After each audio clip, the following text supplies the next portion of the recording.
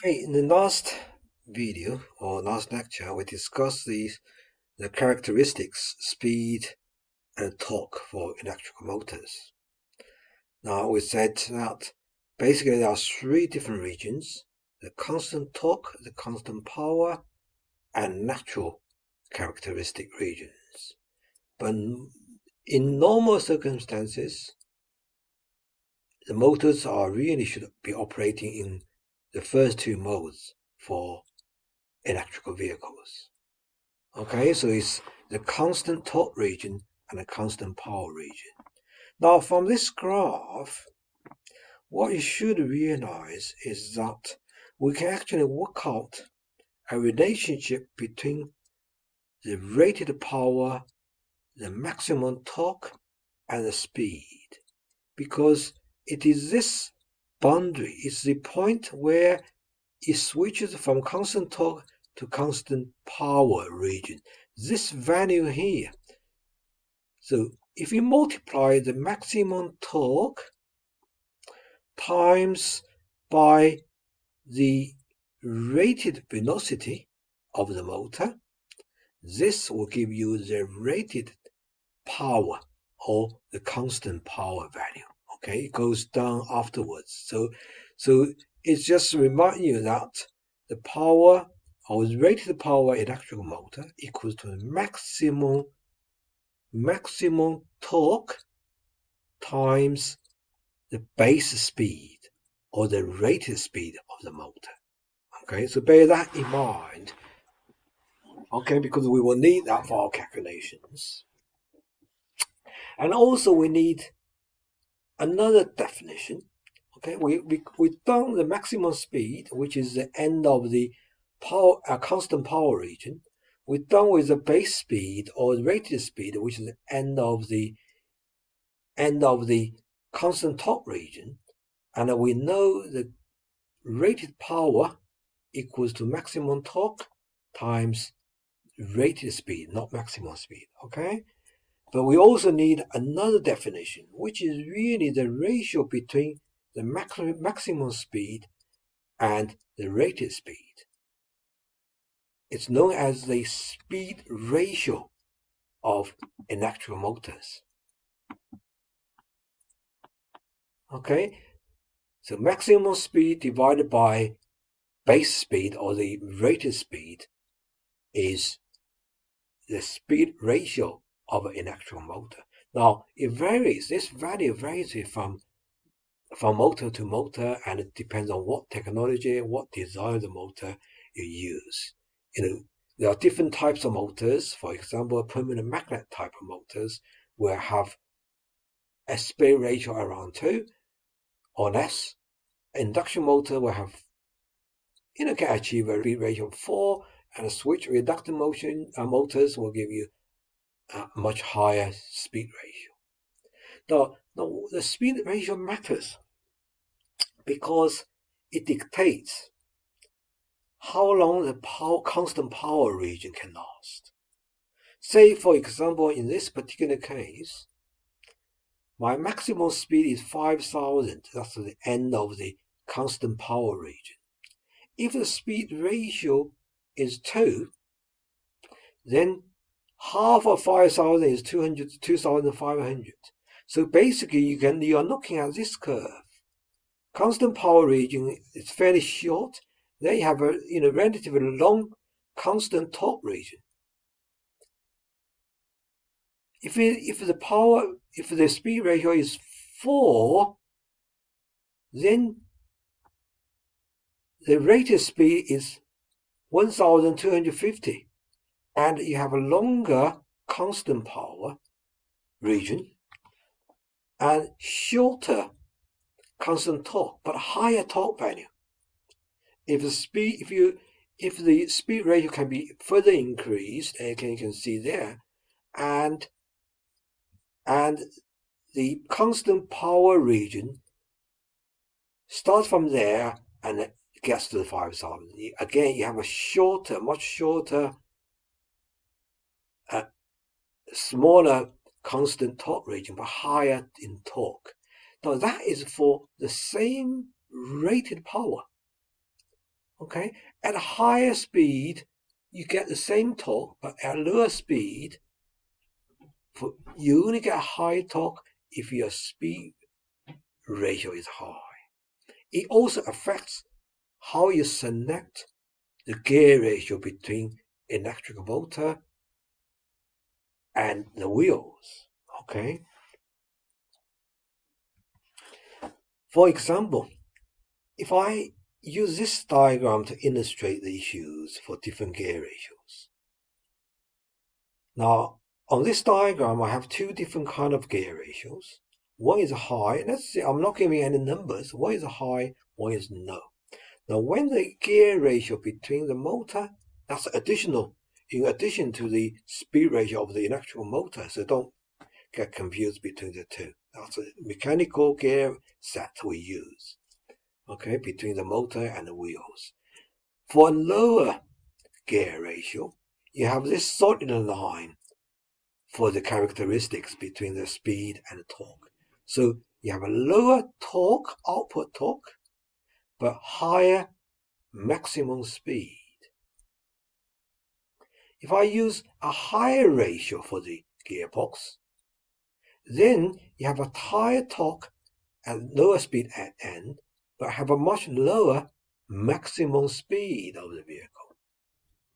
Okay, sometimes that may be good if that maximum speed is higher than your design speed, but sometimes it may not be so good. So sometimes you have, if your power rating is fixed, then you may have to consider two gears. Okay. So typically for electrical motor, just conventional electrical motor without any special considerations, we would want a gear ratio between 10 to 15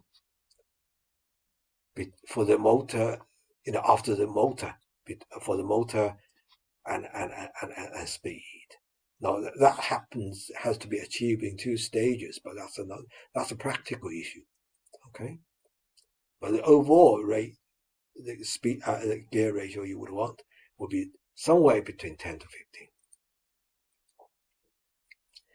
If that's not possible, if I can't find a match between, if you can't get the right output torque and the right maximum velocity, then you may have to use two sets of gears. That means it involves some kind of a clutch, and which can be problematic.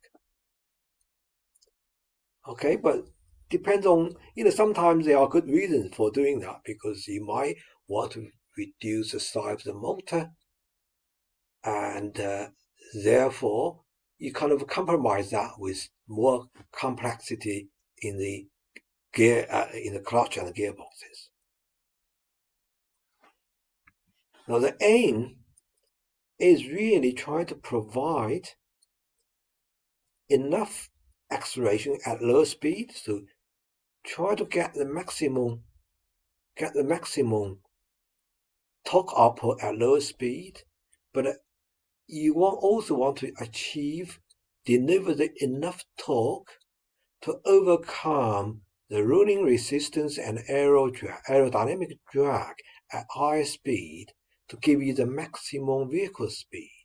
Okay? Otherwise, you can't really operate the vehicle at high speed region. If that's achievable with a single gear ratio, then that would be great, because you would not really need to change gears. So at lower speed, it give you high torque, at high speed, because you are still in the constant power region, which should really produce enough power or enough traction force to overcome the rolling resistance aerodynamic drag. If they don't meet that requirement, then your motor is rated wrong. So you need a high power rate motor. If motor doesn't give you the speed ratio, then say, for example, in this case, the motor give you the high torque, but a very relatively short constant power region until you get to that point. If it goes down further, then you would have to go into a third region. Then you will not be able to produce enough torque to overcome the resistances, especially the air drag. Okay, so therefore you need to switch to a second gear, and that's at high speed. You would follow that pattern. Okay, that's 2-gear ratio arrangement, because to extend the constant power region. It's not, the second gear is not really used to reduce the torque, but to extend the power region, so you actually can produce enough traction force to overcome the aerodynamic drag and rolling resistances. But the second gear should not be used normally for lower speed operations. So for lower speed, you need to really switch back to the first gear. That's higher with a high gear ratio to give you enough torque. Okay, it's kind of sort of not in the context of normal cars, because in the normal cars, yeah, it is, because the first gear give you a high ratio, you get a higher torque, and the second gear give you less torque but more speed range. It's a bit like you drive an internal combustion engine based cars. At the beginning you get into first gear, then you switch to second gear, but we also have third gear and fourth gear and so on.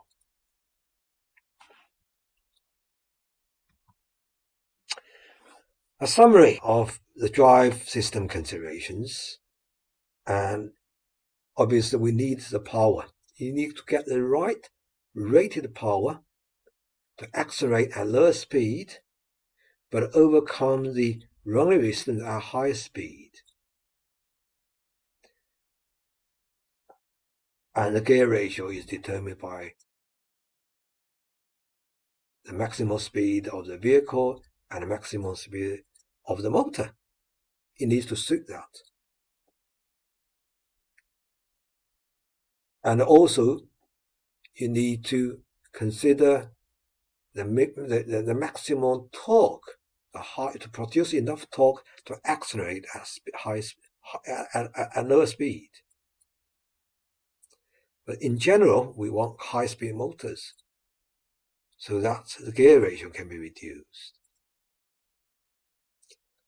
I'm going to do a wrong example here, just because there's quite some of the issues can be a little bit confusing about the use of different gears.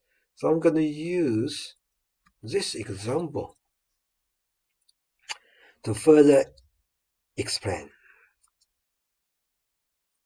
all the considerations involved. Okay, so the question says a 100 kilowatt, that's 100,000 watt electric motor is used to drive a vehicle.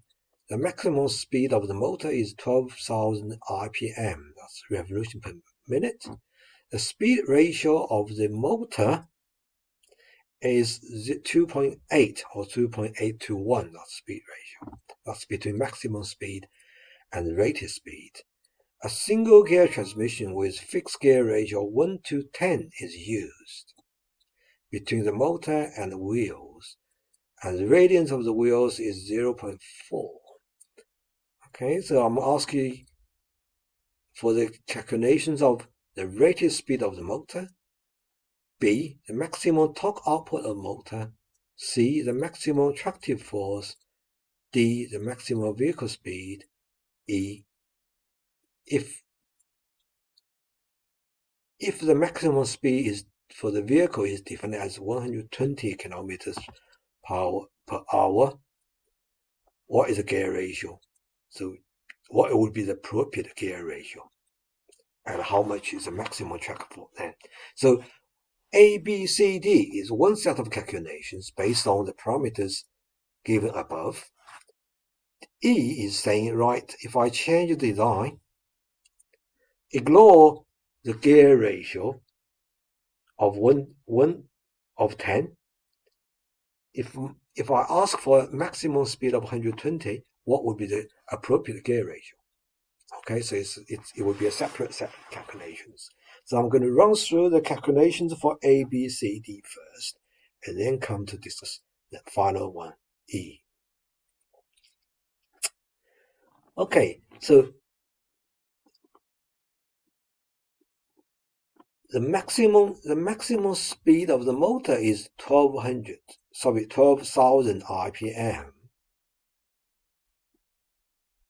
Therefore, that is RPM, so I need to convert that into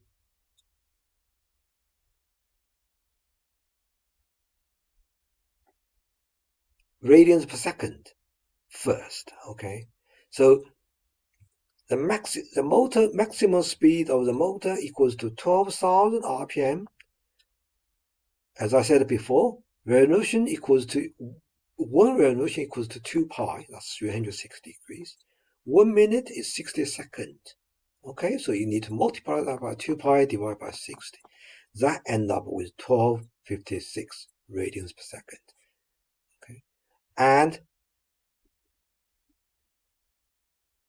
this really should be followed. This one should be in the A as well, because then because the A asks for rated speed of the motor. Rated speed of the motor equals to the maximum speed of the motor divided by the speed ratio. So that, let me just move this up a little bit.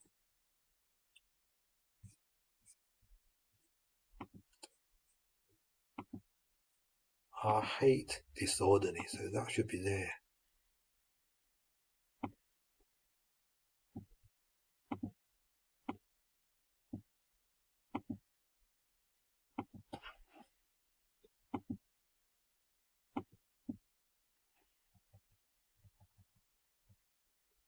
Now it'll be right. Okay, so the rated motor is really the maximum speed, the rated speed of the motor is maximum speed divided by the speed ratio. Therefore, it's 1256 divided 2.8, that will give you 449. The second part B asks for maximum torque output. Now we know the power, which is 100k. We know the rated speed, and we also know that relationship. Power equals to rated speed times maximum torque. Therefore, maximum torque equals to the power divided by rated speed. Now, we just calculate rated speed of 449. And power is 100k kilowatt. So it's 100 times 1000 divided by 449. So that will give me the maximum torque under this condition, 223 Newton meter for the motor. Then the third part, the part C, asks me to work out the maximum attractive force.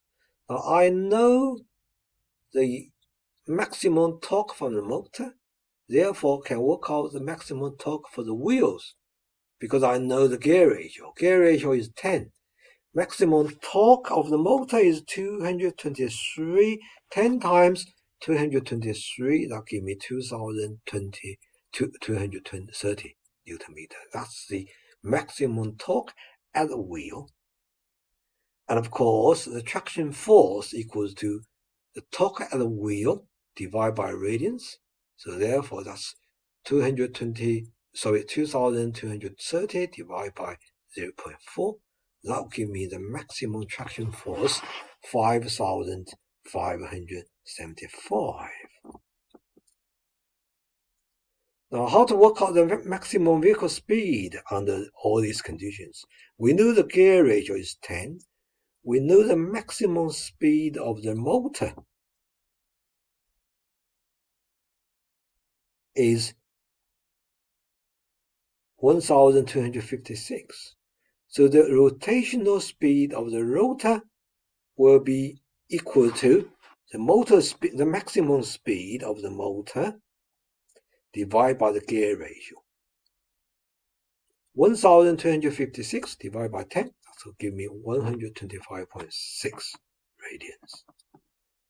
And once I know the maximum speed of the wheels, then I just multiply that by the radians to give me the maximum vehicle speed.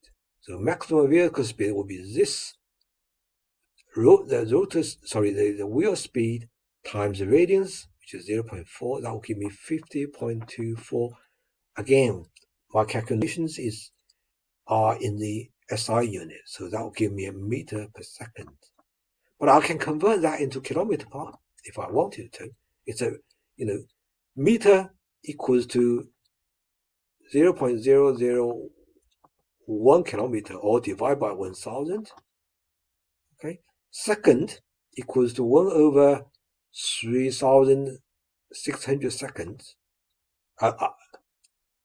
We'll convert that into hour. So that's just the inverse of the converting between kilometer to hour to the meter per second. So I'll multiply that by 3,600. Divide by 1,000, that'll give me 180 kilometer per hour. It's quite high. And it's probably fairly reasonable for modern cars, fairly typical of modern cars, this kind of speed. It's just around 120 miles per hour, which is the design speed for many cars. So that's all the calculations are under the same set of conditions and same gear ratios. If we forget about the gear ratio set up in my question, say right, and because that will give me a maximum speed of 180. But if I'm saying, right, actually I don't want that much speed. If I say my maximum speed is only 120 km per hour, what was the gear ratio requirement then? We can do that calculation to say, right, now, because I know the maximum speed of 120, and if I divide that by r, the radians, which will give me the maximum speed of the wheels. Of course, you need to convert the kilometer per hour into meter per second by multiplying it by 1,000 divided by 3,600, and divide that by the radians. That'll give you 83.3 radians per second. That is the maximum speed of the wheels. And of course, from there, because we know the maximum, what is the maximum speed of the motor is, you just do a division between the two. So omega m maximum speed of the motor, divided by omega w maximum, which we just calculated. That will give you 15.1 radians per second. So we can actually have a higher gear ratio. The advantage of having a high gear ratio is that it will give you a higher traction force as well. So you can actually accelerate faster. Even, that is really sort of a compromise, because now we are asking for a lower speed or lower maximum speed, but in exchange, we get a higher traction force. Now, how do you calculate traction force? That's fairly simple as well.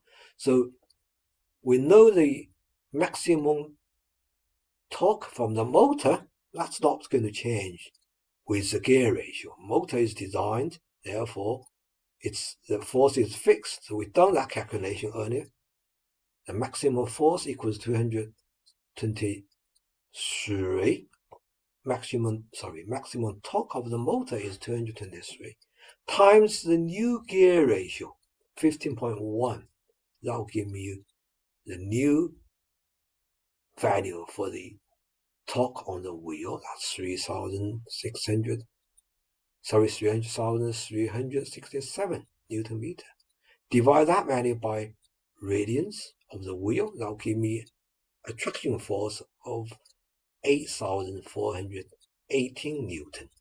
Now that's in comparison to my previous force, 5,572. So there's quite a noticeable increase, because now I have a higher gear ratio.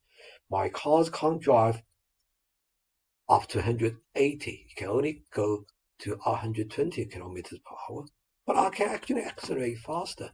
I give me better performance at lower speed. Okay, so the calculations are all related, they are interchangeable, and you can actually work out a lot of things for very limited information given.